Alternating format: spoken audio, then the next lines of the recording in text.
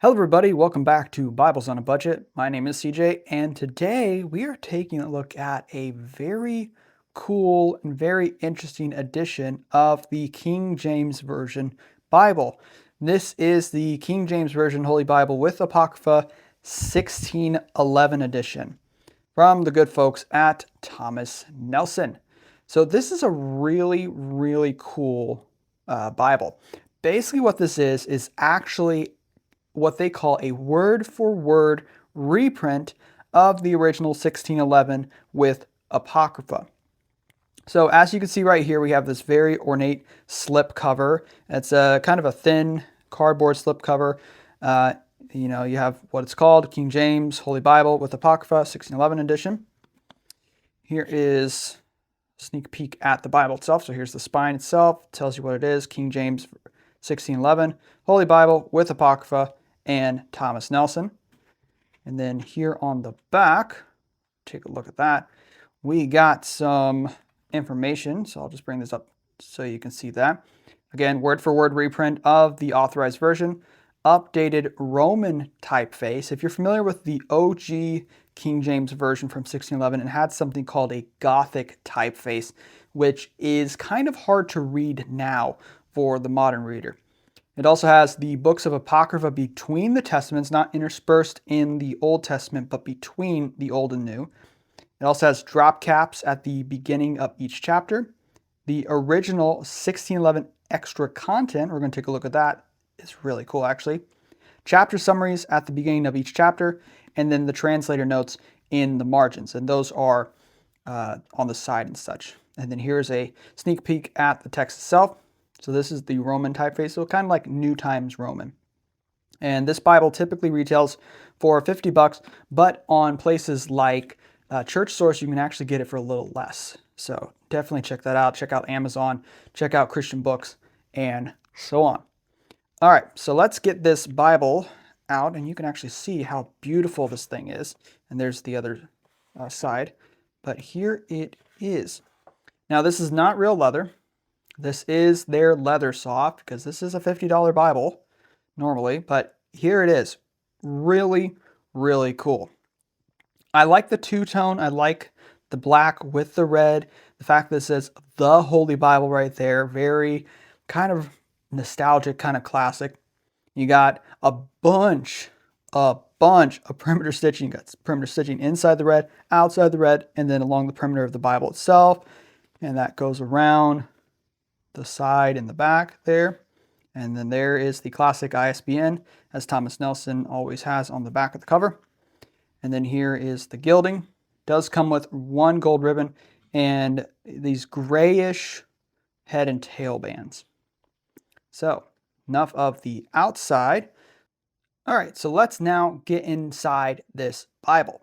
So when you open it up, you're met with the paper paste down and the presentation page, but also, if you can kind of tell, there's also a gilt line around this. Typically, you don't see gilt lines in cheaper Bibles. You see them in more premium Bibles like the Premier Collection from Thomas Nelson, but this one actually has a gilt line, which is pretty cool. Going further into the Bible, you get the first two opening pages, tells you what it is. You can skip past that one. You guys see there. Copyright page, and then the original kind of intro page here for the King James Version Bible. See a bunch of different biblical figures, and then this thing telling you basically kind of what most King James Bibles tell you. It contains the Old Testament and the New, and so on. I can't really read that with the way it's kind of cursive-y.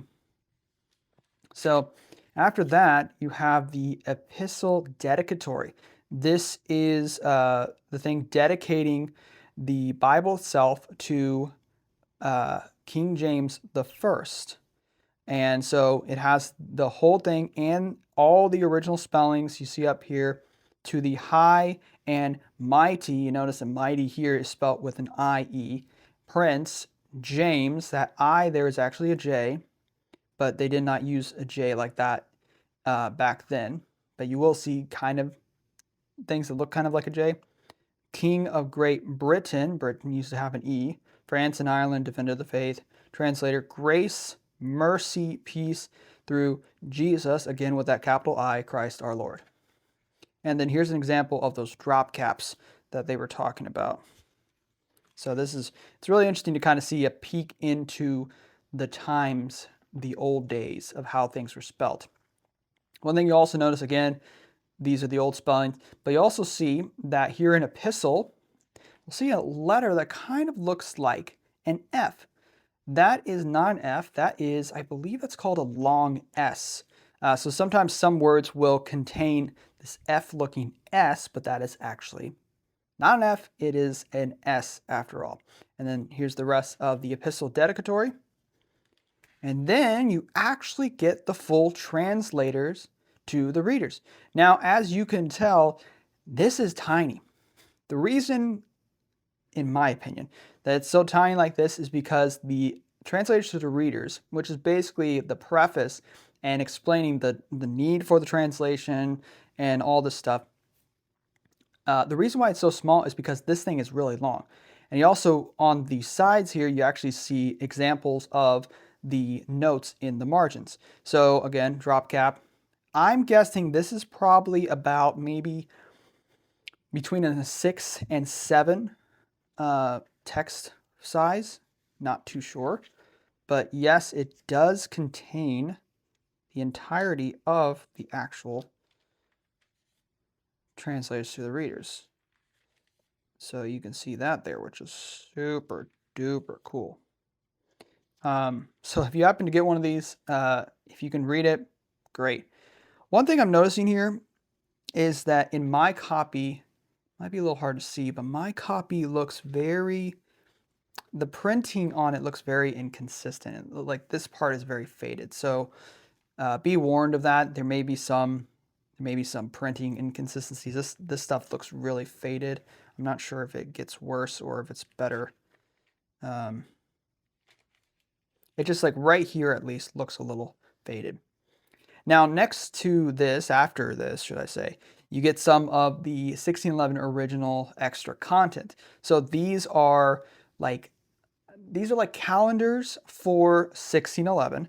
So you got the month of here, it says January hath 31 days. And again, you see how January is spelled, days, and moon.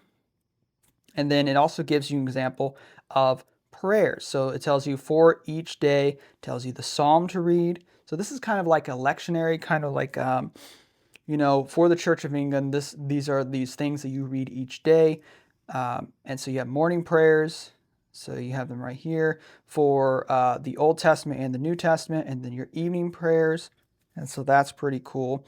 And then it'll tell you what days are here. And then it also says, I'm not sure what this is, sun riseth and falleth the hour. And this will tell you, I guess, around the time that during the time that this happens, this month per se. I haven't really looked too much at the calendar thing here. I'm more interested myself in the actual biblical text than these extras, but these are pretty cool. So there you go. So you get it for all 12 months, all the way up to December. And then you have an almanac for, I'm trying to figure out how many years that is. That's about, let's see, XXXIX. So that is, X is, so that's about 39 years, it looks like to me. And again, I have not looked at this, and so I'm not too sure personally. I don't know how almanac works, but if you do, you can check that out. That's pretty cool. And then after that, we again have more spelling. This teaches you how to find Easter forever. So it will show you how, I guess, to find Easter any year. Figure that out. And then you also have a table and calendar expressing the order of psalms and lessons to be said at morning and evening prayers. And this just kind of explains some of that. Again, drop cap.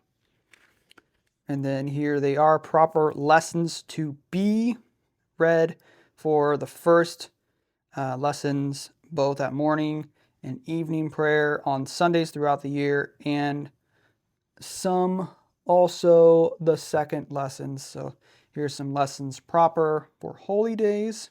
Again, these are Anglican kind of things. I'm not an Anglican, so I don't observe any of these. So here's more proper psalms for certain days, the table for the order of psalms, and then these are to be observed for holy days and none other. So these are for holy days. It gives you examples. And then here's the, this is supposed to be the content, like telling you that it has all of the Old and New Testament books and then the books of the Apocrypha in the middle. And then we are met with the first page of the book of Genesis. So you have a little bit of a chapter summary right here under chapter 1. And then you have the first drop cap, which is giant. And then here's an example. Again, you saw it throughout, but this is an example of the actual Roman type. So the Gothic type is much crazier in a sense. It's really cool looking, but it's also really crazy and thick and kind of hard to read. And then also along here, you have some of those textual, you have actually some references. So you have some cross references and then also textual footnotes. So that's really cool. So this is a verse by verse double column. The text according to church source is about 9. I would say that this is probably closer, in my opinion, to an 8.5 or maybe smaller. It doesn't look like a 9, but 9 is not big either.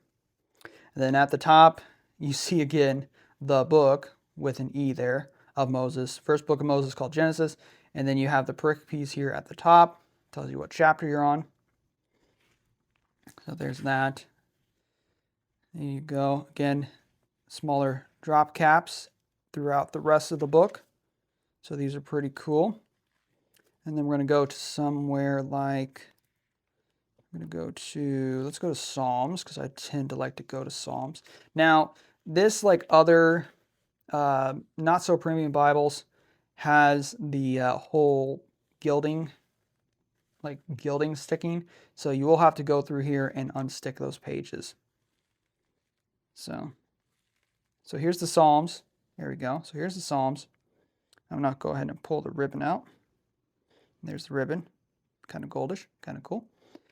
But here's the Psalms. And so again, it's not really any different than the prose.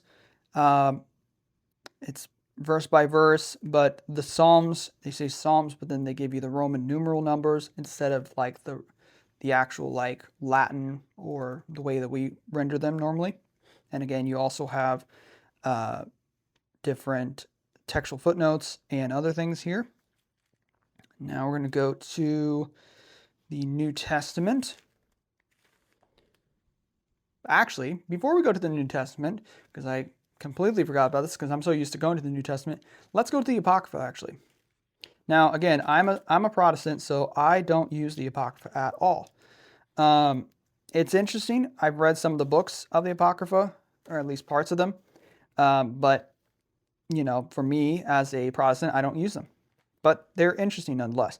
So the first book that you are introduced to here in the Apocrypha in the King James reprint from Thomas Nelson is First Esdras. I have not read First Esdras, but just to let you know, that's the first book that you're going to run into.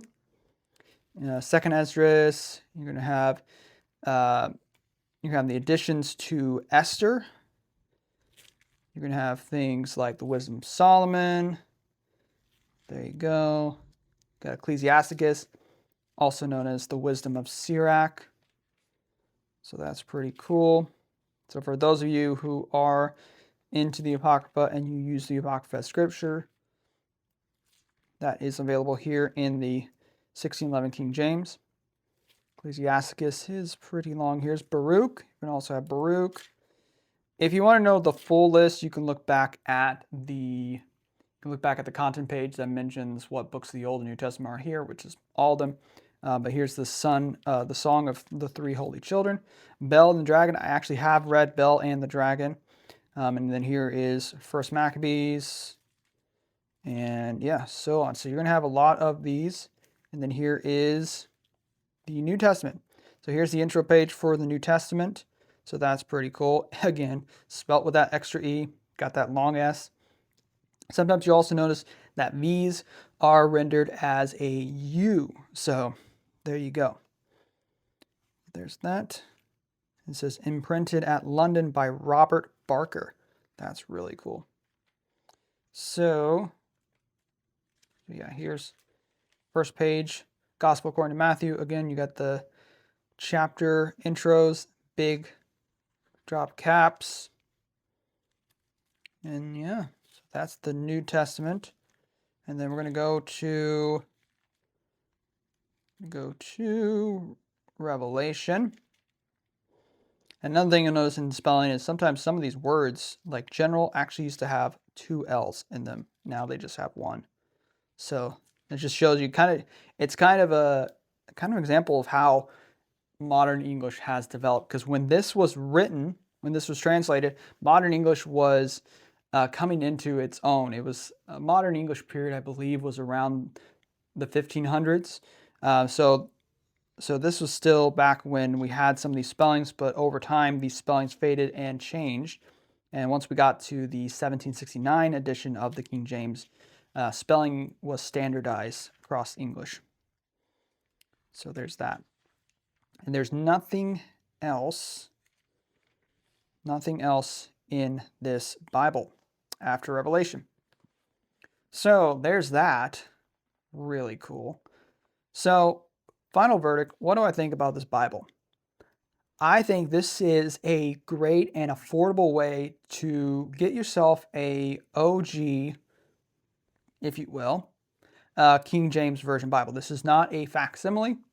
This is not a original. This is what they are calling a reprint. They call it on the back of their box, they call it a word-for-word reprint of the authorized version. So this is a reprint. So a lot of these are probably more likely scans, or they were able to recreate it and then reprint it. So that's really cool. Love the design of the Bible itself. Love the outside. It's gilded. It's got this nice red with gold and black and permanent stitching. Really cool. It's a great carrying size. If you are one of those people that are really like hard pressed, you are only for the King James, and you want to get a 1611 King James, like you want to stick with that. You're not too sure about some of these newer King James Bibles, and I'm not talking about the NKJV. I'm talking about the 1611. If you want, or the 1769. If you want to stick with the 1611, here you go. Now, obviously, if you're okay with the 1769 one, then there's plenty of those out there in different versions, or different editions, different types. But this one's really cool. Again, love the design. Love that it gives us a lot of the original OG 1611. Kind of gives you that feel, kind of helps you be able to read it with the Roman type. And yeah, it's just an overall great Bible. I would say look for it if you can at a cheaper price. If possible, if you can find it for 30, 40 bucks, snag it. 50, maybe. But if you can find it for a cheaper price, then that definitely grab this. This does come in like at least another color. I think there's one that's kind of like this part is brown or something like that. So, check out Amazon, check out Christian Book, check out Church Source, and see what they offer. But the guts will always be the same. The guts will be the same in all the Bibles. So, yeah. Definitely check this one out if you love the King James Bible. And thank you guys so much for watching this video from Bibles on a Budget. And remember, folks, the truth does not have to be expensive. See you in the next one.